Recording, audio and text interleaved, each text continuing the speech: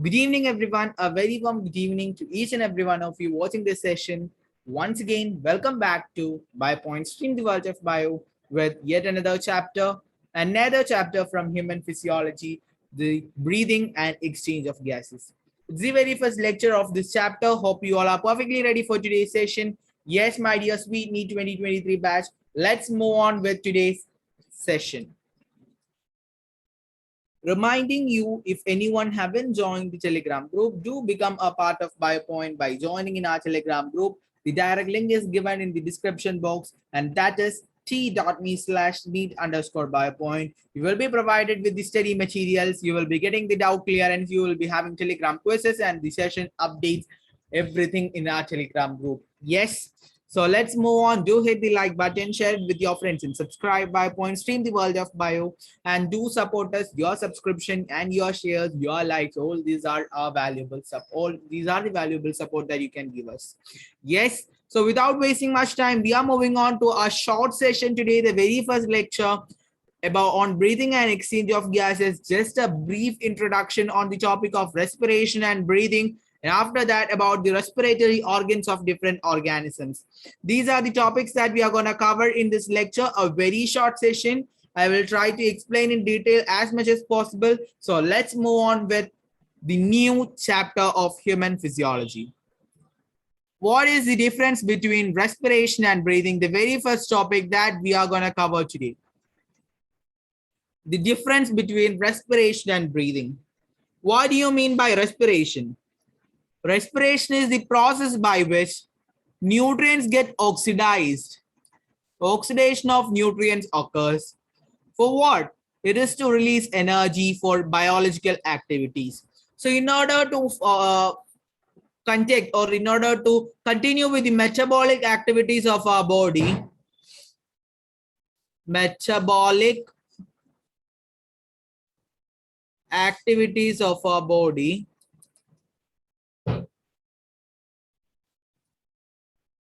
our food or the nutrients that we obtain or intake by our food is broken down into different constituents, into its minute constituents to release energy in order to have a smooth coordination on our metabolic activities. Then what else in case of this breathing?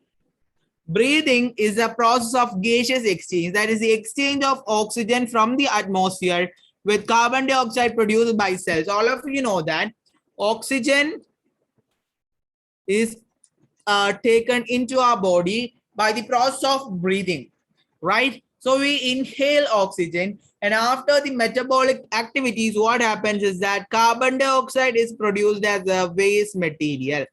So this carbon dioxide is just given out towards the atmosphere. So the exchange of oxygen from the atmosphere and carbon dioxide from the cells is referred to as breathing. Yes. So respiration or breathing, this process involves what? The intake of oxygen into the lungs, transportation of this oxygen to the tissues through blood. Yes. And after that, what happens? The liberation of energy in the form of what? ATP. So all of you know that the energy in our body is released in the form of ATP. What is the full form of ATP? ATP refers to adenosine triphosphate. Adenosine triphosphate.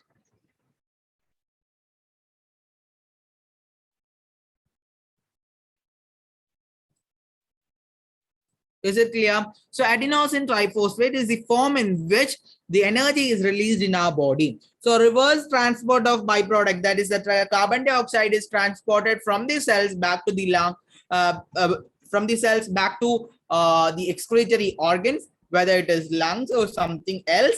Yes, that such as kidney, liver, all these act as what? The excretory organs in our body, right? So such a process results in the elimination of what? Carbon dioxide. This is what included in the steps of respiration or breathing. And now let's move on with the different respiratory organs in animals. Yes. Hope each and everything that we have covered till now, that is the difference between respiration and breathing and the common involvement in respiration and breathing, is clear for you guys. Yes. So without wasting much time, let's move on with The next topic, respiratory organs. Yes. What about this case of respiratory organs? Respiratory organs, we have what we are going to learn in case of this is the different organs or the different body's parts that act as the respiratory organ in different organisms in different habitats. Yes, for example, the very first thing is in case of porifera. God.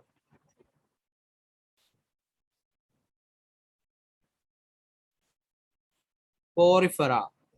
So, what is the respiratory organ in case of porifera? That is the very first classification that we are learning, right? So, the basic respiratory organ in porifera is their general body surface.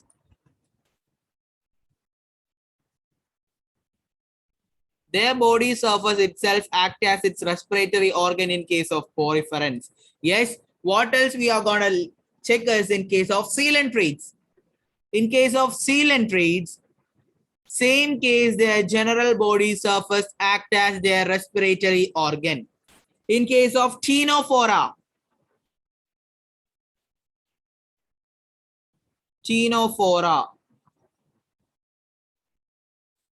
their general body surface act as their respiratory organ.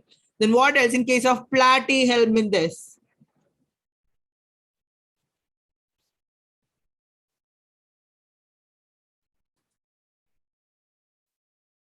Platyhelminthes.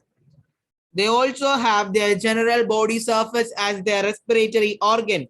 Yes, all these things have different and different structures as their respiratory organ. Yes, so porifera, coelenterata, ctenophora, platyhelminthes, ashhelminthes, echinoderms, all these organisms or classifications have their general body surface as their respiratory organs. Yes, so let's move on to the next slide. Skin or moist cuticle, that is in case of cutaneous respiration. Cutaneous respiration is the respiration using moist skin or cuticle. Yes. Moist skin act as the respiratory organ in case of cutaneous respiration. Yes, that is in case of annelids, that is earthworms, leech, then amphibians. All these organisms have their skin or the moist surface, body surface as their respiratory organ. Moist body surface indicating the moist skin. Okay, so skin or moist cuticle act as their respiratory surface. Such a respiration using the skin is known as what? Cutaneous respiration. And the examples are earthworms, leech, and amphibians. Is it clear? So after that, we have next is the tracheal tubes. Which organisms use tracheal tubes as their respiratory organ? Yes, let's check it. So tracheal tubes are used as their respiratory organ by case of insects. Yes, in case of insects, we have tracheal tubes as their respiratory organ. And what else? In case of spider, if you are going to such a detailed case, in case of spider, they have book lungs.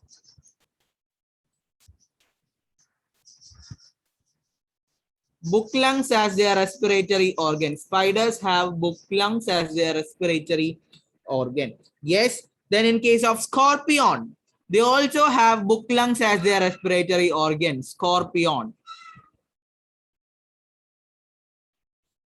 In case of scorpion. Yes. Spider and scorpion, their respiratory organ is book lungs.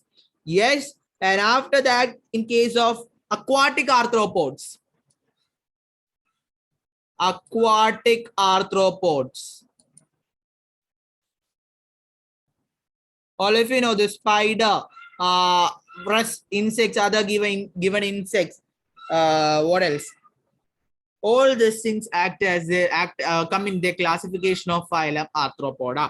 Right? It is the largest phylum. So in that case, the aquatic arthropods comes under means have respiratory organs as gills or or branchia?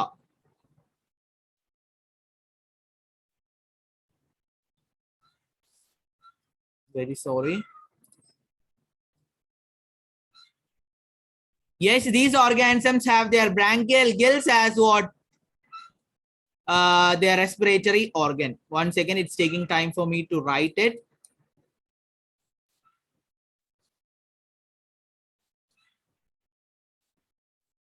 Yes.